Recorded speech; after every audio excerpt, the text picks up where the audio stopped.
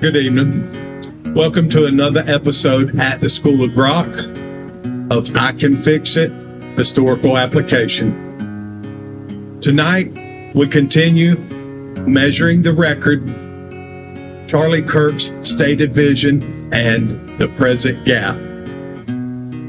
Section 1, Bridge and Reinstatement of the Baseline. In the preface episode, we locked the factual baseline of Charlie Kirk's publicly stated vision. That vision included rising marriage and fertility rates, increased church attendance and stronger traditional family structures, higher home ownership for young Americans, secure borders, and substantially lower immigration, safer streets and stronger local community ties, limited government and free markets, and a multi-decade cultural and educational transformation that transmits conservatives and Christian values to the next generation. Today, we measure the gap between that stated destination and current conditions using the 5 standards. Section 2, Current Status on the Major Goals. We begin with the most recent available data on the core measurable targets. Fertility. Provisional CDC data for 2025 show the general fertility rate at 53.1 births per 1,000 women ages 15 to 44, another record low. The total fertility rate remains around 1.6 children per woman, well below the replacement level of 2.1. Births have continued a long-term decline. Home ownership among young adults data from multiple analysts showed the home ownership rates for adults ages 25 to 34 at approximately 30% in 2025, significantly lower than the rates recorded for previous generations at the same ages. A substantial share of young adults continue to live with parents or in shared housing. Church attendance. Recent congressional studies show a modest rebound in median in-person attendance after the pandemic lows, with the median rising to around 70. However, long-term national surveys continue to show that a majority of Americans report seldom or never attending religious services, and the share of religiously unaffiliated adults remains elevated. Border and immigration. Southwest border encounters have fallen to multi-decade lows under current enforcement policies, with monthly apprehensions dramatically reduced compared with the peaks of prior years. This represents the clearest area of movement toward one of the stated goals. These are the documented present conditions against which the stated vision is measured. Section 3, Standard 1, the evidentiary standard. The evidentiary standard requires that claims about progress or obstacles be tested against actual data rather than narrative.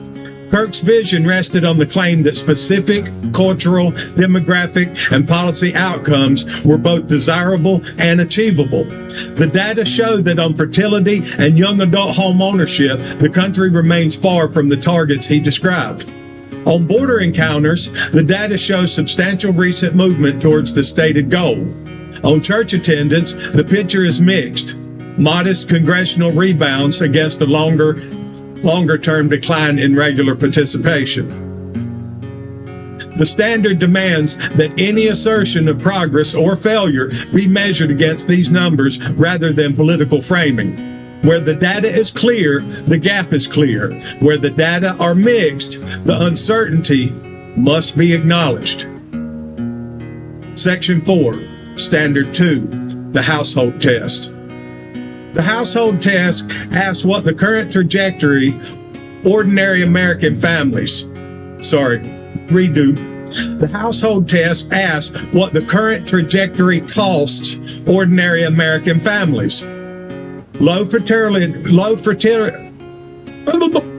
fertility and delayed family formation carrying long-term cost in the size of the future workforce, the sustainability of entitlement programs, and the density of local community life. Low home ownership rates and young adults delay wealth building and independence. High levels of illegal immigration in prior years imposed measurable costs on housing, schools, hospitals, and wages, affected communities in those immediate pressures, reduced those immediate pressures. The household test requires that both the cost of the status quo and the cost of any proposed remedies be counted in terms of their effect on ordinary households rather than on institutional metrics alone. Section 5, Standard 3, Transparency as Structure. Transparency as structure requires that the information need to judge progress be available and usable. Fertility, home ownership, and border data are publicly released on regular schedules. Church attendance data are more fragmented and often come from private surveys. The larger transparency question is whether the structural drivers, housing supply constraints, educational costs, cultural incentives, and around family formation and immigration enforcement consistency are presented to the public with enough clarity that citizens can evaluate proposed solutions. Where the data exist but are not connected to the policy levers that shape outcomes, transparency remains incomplete. Section 6, Standard 4, Accountability without permission. Accountability without permission asks whether failure to move towards stated goals produces consequences independent of the goodwill of those in power. On border encounters, recent policy changes produce rapid, measurable results demonstrating that enforcement incentives can shift outcomes. On fertility and home ownership, the long-term declines have continued across multiple administrations with limited structural consequences for the institutions and incentives that shape housing, supply, education costs, and family formation. When outcomes remain far from widely stated goals for years without automatic corrective mechanisms, accountability remains weak. And you know this. Section 7, Standard 5, New Ground. Sorry. I'm trying not to screw this up as much as I am. Trying to make Charlie proud. I know what he put into it, and I know what his costs were. Section Standard 7, Standard 5, New Ground. Standard 5 asks whether the dominant incentives have been replaced. The sharp reduction in border encounters show that incentives can be changed and that outcomes respond. The continued low fertility and young adult home ownership rates indicate that the deeper incentives around housing production, family, education costs, cultural message about family, and economic security for young adults have not been fundamentally altered. New ground would require replacing the incentives that currently make family formation and home ownership delayed or difficult for large numbers of young Americans. Section 8, Synthesis and Closing.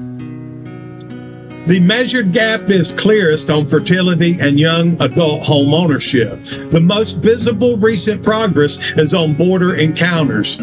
Church attendance shows modest short-term movement against longer decline. The 5 standards reveal that data exists. Household costs are real. Transparency is uneven. Accountability has been stronger on enforcement than on demographic and housing outcomes. And the deeper incentives that shape family formation and home ownership remain largely intact. The practical questions that follow are: which of the stated goals show the largest measurable gap from current data? What structural incentives continue to delay family formation and home ownership for young adults? I hope that one gets discussed and debated and discussed and debated. Where have recent policy changes demonstrated that outcomes can shift quickly when incentives change? Whole bunch. Discuss it. Whole bunch. What would genuine new ground look like in housing, education, and cultural incentives? Great question. How can ordinary citizens use these 5 standards to evaluate future claims of progress toward the destination Kirk described? The vision has been stated. The present conditions have been measured. The standards have been applied.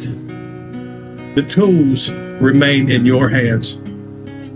That is the complete examination of this case. Ending, I have only this to state as record. Let us, we the people, pick up where he left off and continue this journey the exact same path in which he had laid down his life for. Thank you, Charlie.